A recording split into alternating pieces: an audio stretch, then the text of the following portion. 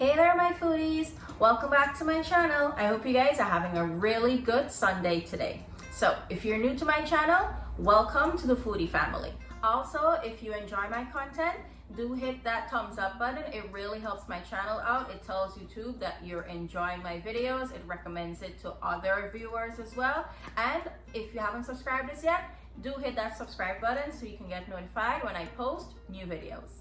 So today I'm back with another recipe for my fall series, and we're going to be making some artisan bread today.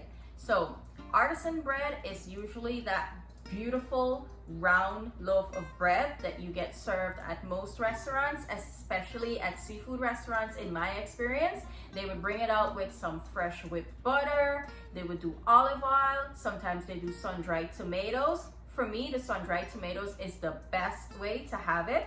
So today I'm going to show you guys how to make that loaf of bread if this is something that you've been wanting to try. If you guys missed my first video to kick off this fall series for 2024, do head on over to my channel and check that out. And I will also link it in the description box below. And I'm going to be posting these videos every Sunday. So be on the lookout. When you're relaxing on the couch, do check my channel out, or you'll be notified once you're subscribed to my channel when I post these videos. With all that being said, let's get right into the video. Okay, my foodies, so to begin my bread, here I have 3 cups of all-purpose flour.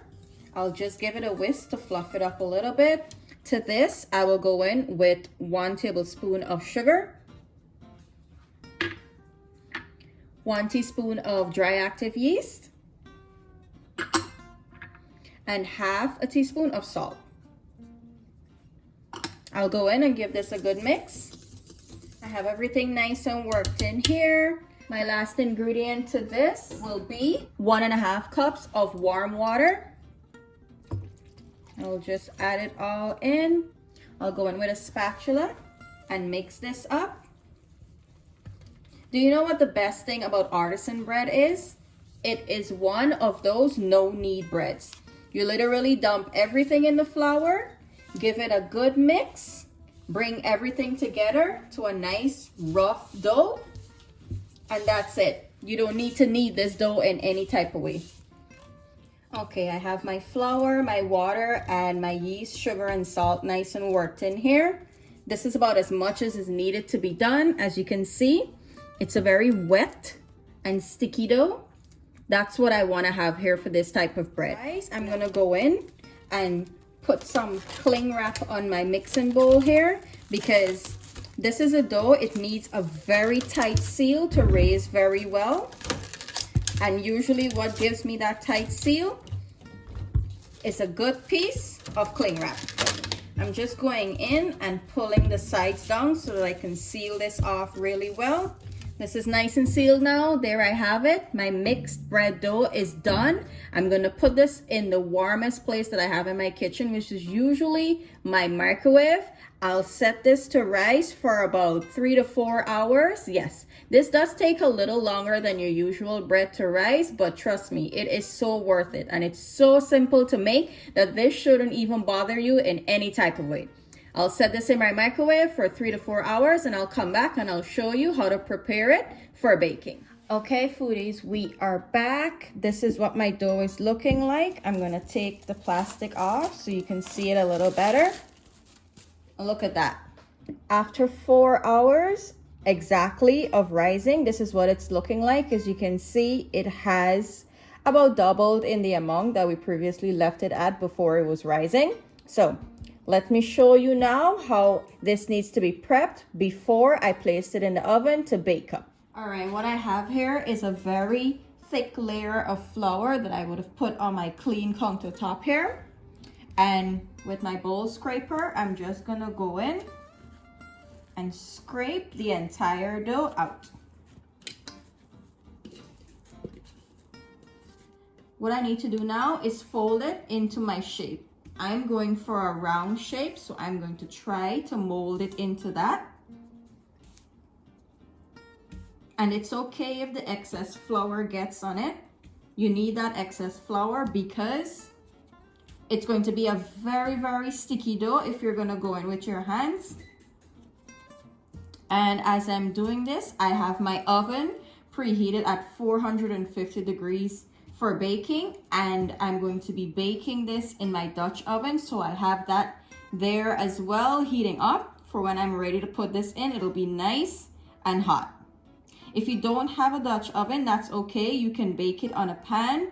However, it may not hold its shape as good as baking it in a Dutch oven, or maybe possibly if you have any type of pot, you can use that as well. As long as it's safe to put in the oven, you can definitely use that.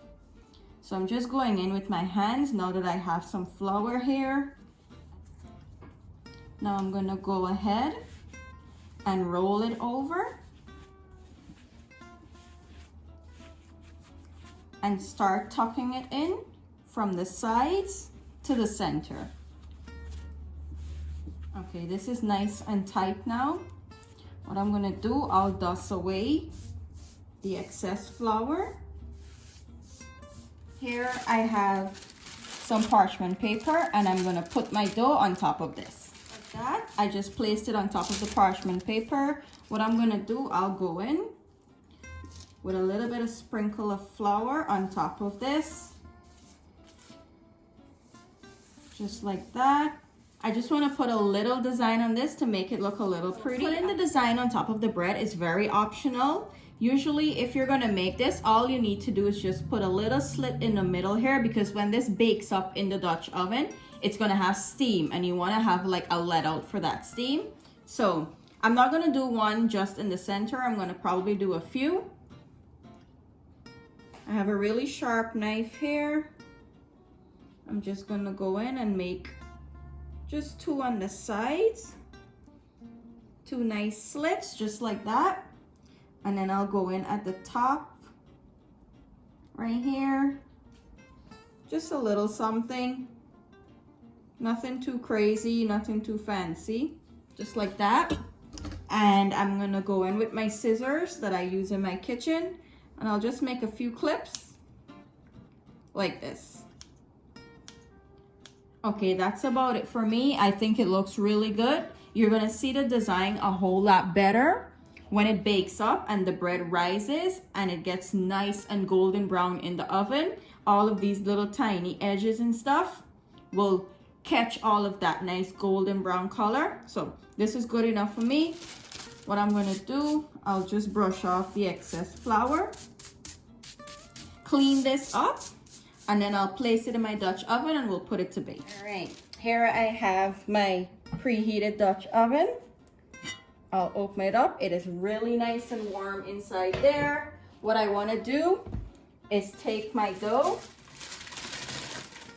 and place it in here just like this. So I have my dough nicely placed in my Dutch oven. I will put this back in the oven to bake at 450 degrees for 30 minutes with the lid on. And then after 30 minutes, I'll allow the top to get nice and golden brown for about 10 to 15 minutes. Alrighty, this is what my bread is looking like after baking with the lid on for 30 minutes. And I took the lid off after 30 minutes and allowed the top to get nice and crispy and golden brown. It's very hot right now. I cannot cut into this right now. What I'm gonna do, I'll allow it to cool down completely. Then we'll cut into it and you'll see how good it looks on the inside. Okay, so this is what my bread is looking like. It looks so good. It baked up so nice. Look at all of this golden brown crust. And listen for the best part. Listen to that beautiful sound of a crispy bread. So this is the moment of truth. Let's cut into it and see exactly how it looks on the inside.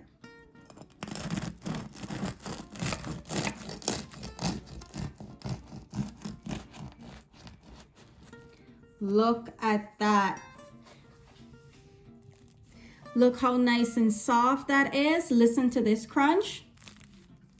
If you guys can hear that, this baked up beautifully. Look how good this is looking, guys. It is so soft. It is still a little warm on the inside, but that's okay. This baked up beautifully. I'm so happy that this recipe came out so good. I hope you guys enjoyed today's recipe. Do give it a try. All my measurements for my ingredients will be listed in the description box below. Do feel free to go down and check that out. And I will list my first video that I started off this fall series with.